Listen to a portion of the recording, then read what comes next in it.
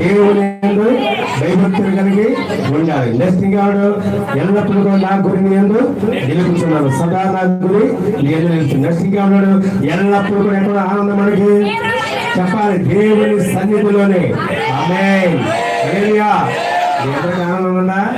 Okay, మీ ఆనందాన్ని నేను పాడాను. రెండు మాటలు ముగిస్తాను. అదే చూడండి, పరిశుద్ధుల నుంచి ఇంకా మన బైబిల్ చదువుతుంది తెలుసుకుందాం. అదే లూకాసు వార్త 18వ అధ్యాయం ప్రారంభం చదువుకుందాం. ప్రభువులో ఉంటే ఆనందము, దేవుడిలో ఉంటే మనకి సంతోషం కలిగిద్దని తెలుసుకుందాం. మరి ఇక్కడ ఏమైనా తెలియజేస్తుంది వాక్యము. లూకాసు వార్త 18 ప్రారంభం చదవమ్మా. అతి వారు విసుగగా నిత్యము కూడా ఎన్ని మాట అన్నాడు. యేసు ప్రభు వారు కూడా గెత్సేమనే వనంలో ప్రార్థన చేయడానికి వెళ్ళినప్పుడు తనతో పాటు శిష్యులు కూడా వెళ్ళారు. శిష్యులందరూ ఏం చేశారంట? అలసిపోయి సొలసిపోయి శుభ్రంగా పడుకున్నారు. అప్పుడు దేవుడు అంటున్నాడు, అయ్యా మీరు శోధనలో ప్రవేశించకుండా ఉండాలంటే మెలకు కలిగి ప్రార్థన చేయండి. ఆమేన్. ఏమన్నారు చెప్పండి? యేసు ప్రభు రత్న బాబు ఏంట దానికి ముందు ఏమన్నాడు? మీరు శోధనలో ప్రవేశించుకుండాలంటే, అంటే శోధనలో మనకు వస్తాయి, ఒకవేళ వచ్చినట్టు అవి మనం ఏమీ చేయకుండా ఉండాలంటే మెలకువ కలిగి ప్రార్థన చేయాలి. మరి ఇక్కడ ఏమన్నాడు? 18 ప్రారంభించి వారు విసిగగా నిత్యము. ఆమేన్. కొంతమంది ఎలా ఉంటారంటే ప్రార్థన చేసేవాళ్ళు కష్టం చూడు బాగా మనం చెప్పాలా, ప్రభు ఈ కష్టాన్ని తీసినప్పుడు ఎంత ప్రార్థన చేస్తారో. ఇక సంతోషం అబ్బా ఏం చేసేవారైనా మీరు స్తోత్రం స్తోత్రం అంటారు. రెండు మాటలే. ఏది సంతోషం కలిగినప్పుడు బాధ వచ్చినప్పుడు, మిగతా సమయంలో ప్రార్థన ఉండదు. మరి అటువంటి భక్తులు ఎవరన్నా ఇక్కడ ఉంటే లేచి నుంచుంటే జాన్ వ్యవస్థానికి ఇచ్చినట్టుగా మీకు కూడా బహుమానం ఇస్తాం. ఎవరు అది జయంగా నుంచుంటే అర్థం కాగదా? అర్థం కాక అర్థమైపోతున్నారు. నిత్యము ప్రార్థన చేయాలి ఇక్కడ. ఆమేన్. ఎలా ప్రార్థన చేయాలి? విసుగక నిత్యము ప్రార్థన చేయాలి. ఆమేన్. అని ఎందుకు చేయాలండి ప్రార్థన? శోధనలోకి ప్రవేశించకుండా ఉండాలంటే ప్రతి క్రైస్తవుడు కూడా ప్రార్థన చేయాలి. ఆమేన్. అందులో ఏం కొట్టాలమ్మా? ఉపవాస ప్రార్థన కొట్టాలి. ఆమేన్. ప్రార్థనకి ఎక్కువ అవకాశం అండి. మెలకువ కలిగి ఉండండి. అప్పుడు ఏ దుష్టుడు కూడా మిమ్మల్ని ఏమీ కూడా చేయలేదు. ఏపు గారు బైబిల్ గ్రంథంలో ఏపు గారి ఇంటి చుట్టూ కూడా ఏముందంట? రక్షణ కంచి వేసాడు దేవుడు. ఎందుకని? ఆయన ఎప్పుడు కూడా ఎలా ఉందంట? రోజు దేశమందు దేవుని భయభక్తులు కలిగి ఏమని యథార్థముగా న్యాయవంతుడిగా నీతిమంతంగా జీవించాడు కాబట్టి తనకి తన కుటుంబానికి దేవుడు రక్షణ కంచి వేశాడు. ఆమేన్. రక్షణ కంచి తర్వాత తీయబడింది దేవుడికి సాతానుడికి ఒక పరీక్షలో. అయినా సరే యోబుగా నిలబడ్డాడు లేదా? అందుకు బైబిల్ చెప్తుంది అంతం వరకు నిలిచిన వాడికి జీవకిరీటం దొరుకుతుంది. ఆమేన్. నిలబడ్డాడు కాబట్టి యోబు గారు ఆ పోయిన దానికన్నా డబల్ ఆశీర్వాద దేవుడు యోబు గారు కనిపించాడు. ఆమేన్. హల్లెలూయా. కాబట్టి ఈ కోటాలో ఫస్ట్ పాయింట్ ఏంటమ్మా? దౌర్జన్యాలు అందించింది చెప్పండి.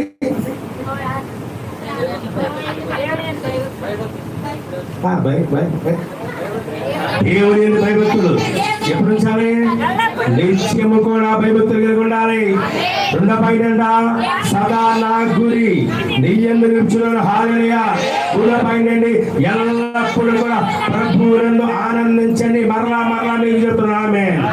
నాలుగో పాయింట్ ఏంటమ్మా? విసుగక నిత్యము చేస్తారా? ఎంత ప్రార్థన భక్తులేనా? ఆమేన్. ఎందుకు ప్రార్థన చేయాలి? నీ కుటుంబంలో సమస్యలు తీర్చబడతాయి, నీ కుటుంబం బాగుంటుంది, ఏ దుష్టుడు కూడా నీ జోలికి రాడు. హల్లెలూయా. ప్రభువు నమ్ముకున్న ప్రతి ఒక్కరు కూడా దేవుడు సెలవిస్తున్న మాట తెలుసా? క్రైస్తవుడు నిద్రపోతున్న లోకానికే ఏంటది? మరి లోకంలో ఎవరున్నారు? మనం కూడా ఉన్నాగా.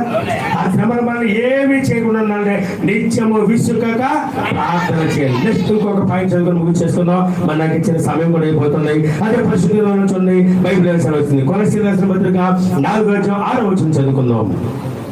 కొలస్సీయులు 4వ అధ్యాయం 6వ వచనం కాంచి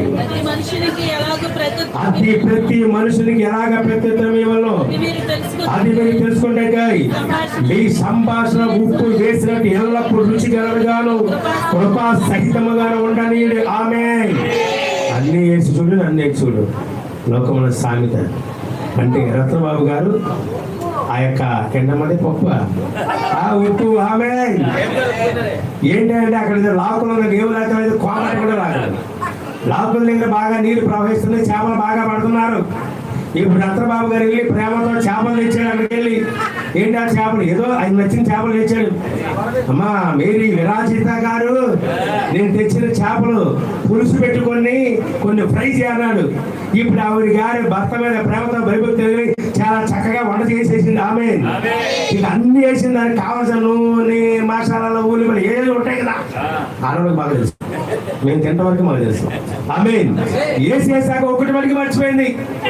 హడావళ్ళు ప్రేమతో చేసే వంటలో ఒకటి మర్చిపోయింది. ఏంటంటది రెండవది ఉప్పు. ఉప్పు వేస్తే టేస్ట్ గా ఉంటుంది. హరేరియా ఇక ఉప్పు మర్చిపోయింది. అలా ఆయన గారు చక్క వేడి వేడిగా రాని మేరీ విరాజిత అని ప్రేమతో వచ్చి కూర్చొని ఆవురావు తిన్నామని అలా కలిపి నోట్లో ముద్ద పెట్టగానే ఏమిందమ్మా, ఉప్పు లేని కూర సప్పిగా సప్పని ఎంత బాగా ఉండే సరే అందులో ఏమి లేదమ్మా. అలాగే క్రైస్తవుడు ఎలా ఉండాలంట, ఉప్పుగా ఉండాలి. నువ్వు లేకపోతే జీఎం గారు లేకపోతే పని అవ్వదు ఎక్కడ, ఏంటి డేవిడ్ గారు లేకపోతే పని అవ్వదు ఎక్కడ అన్నట్టుగా ఉండాలి. హల్లెలూయా. అప్పుడు దేవుడిని నీ కుటుంబాన్ని దేవుడిని చెరగాక. ప్రతి క్రైస్తవుడు ఎలా ఉండాలమ్మా, ఉప్పు ఎత్తే కూర ఎంత టేస్ట్ ఉంటుందో అంత టేస్ట్ గా మీరు ఉండాలి. హల్లెలూయా. అందుకనే లోకములో మనం అంటే ఎలా ఉండాలంట, జ్యోతుల వలె ఉండాలి. ఆమేన్. కాబట్టి ఇప్పుడు ఈ మీద ముగిస్తేస్తాక ఇప్పటి వరకు దేవుని భయభక్తులు చాలా చక్కగా ఉన్నారు. మీ అయ్యగారు చాలా చెప్తారు. రేపు మన ఆత్మీయ తండ్రి గారు తల్లి గారు వస్తారు. వాళ్ళ చక్కని వారు ఇంకా చక్కని వర్తమానాలు మనకు అందిస్తారు. ఈ మాటలే కాదు, వారు చెప్పిన మాట కూడా వినండి. ఇప్పటి వరకు వారి దేవాల ప్రభు దేవాల మనం బాగున్నాం. ఆమేన్. కాబట్టి ఇప్పుడు మనం ఎలా ఉండాలి దేవుని దగ్గర చెప్పండి. నేను చెప్పిన వదిలేసారా, ఈ సేవలు సోదరులు వేసారా, బైబిల్ ఎలా చెప్పలేదమ్మా, వినాలి, హృదయంలో భద్రపరచుకోవాలి, దాని ప్రకారంగా నడవాలి. వారే ధన్యులు, అదృష్టవంతులు, బాగుంటారు, సంతోషంగా ఉంటారు, హ్యాపీగా ఉంటారు. కావాలా ఇటువంటి బహుమానాలు? అది ఎలా ఉండాలి మనం చెప్పండి. దేవుని యందు భయము భక్తి. ఎంతమంది భయము భక్తి ఉంటే వారికి ఎక్కడైనా సరే చక్కగా ఉంటావు, హ్యాపీగా ఉంటావు. మరి క్రీస్తు సంవత్సరంలో ఉన్న ప్రతి ఒక్కరు కూడా దేవుడు చాలా చక్కగా తోడుకున్నారు. ఇప్పటి వరకు మీరు చాలా చక్కగా ఉన్నారు.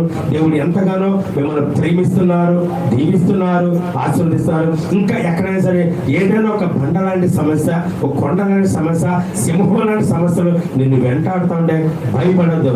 పైన దేవుడు ఉన్నారు, దేవుడు ఏర్పాటు చేస్తున్న సేవకులు ఉన్నారు, సంఘం ఉంది. మన క్రీస్తు సైన్య సహస్రం మాటలు కాదు, అదిగో పాడారు, ఓ క్రీస్తు సైన్యమా, ఓ క్రీస్తు సైన్యమా,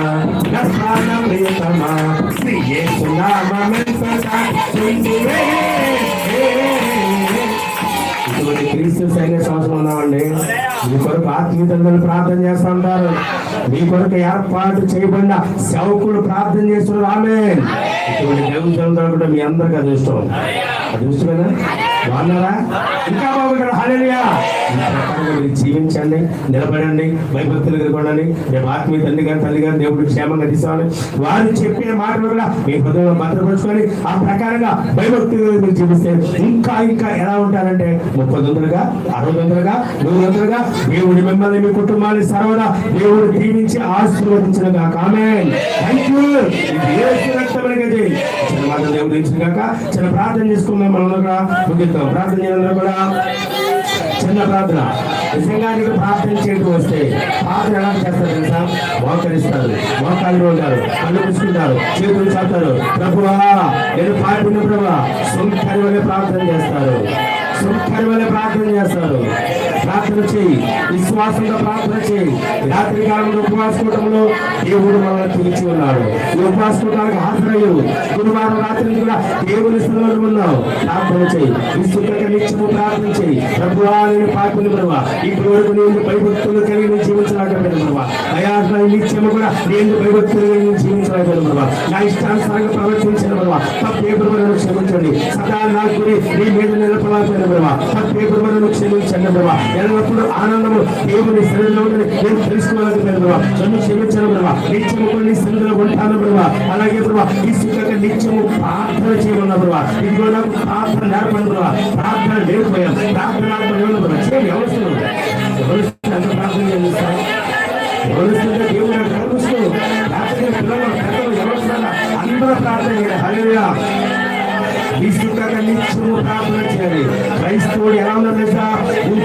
అంటే టేస్ట్గా ఉండాలి. నిన్ను చూసి అనేక మంది దేవుని స్థితిగా బాధపడాలి. అట్టి విధంగా దేవుళ్ళు పరంగా ఉండాలి. అలాగే దేవుళ్ళు పరంగా ఎదగాలి. దేవుడు నామాన్ని కనపరచాలి. దేవుళ్ళు భయభక్తి కలిగి ఉండాలి. నీవే కనవగా ఉంటే అనేక మంది రక్షించబడతారు. అనేక కొరకు క్రైస్తవులు ప్రార్థన చేయాలి.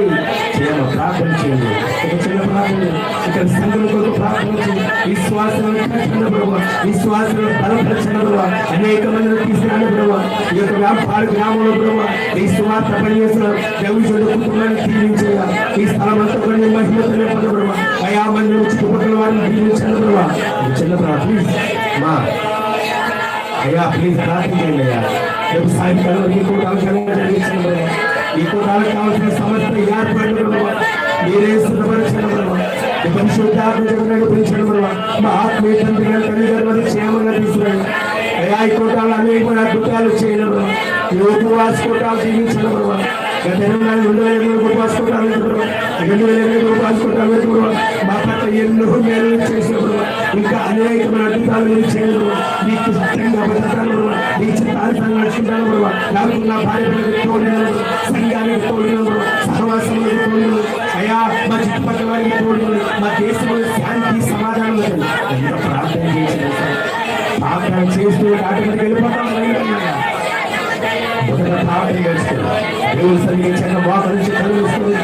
మనసారా ప్రార్థన చేయి. ఇదిగో భక్తులు ఉంటారు.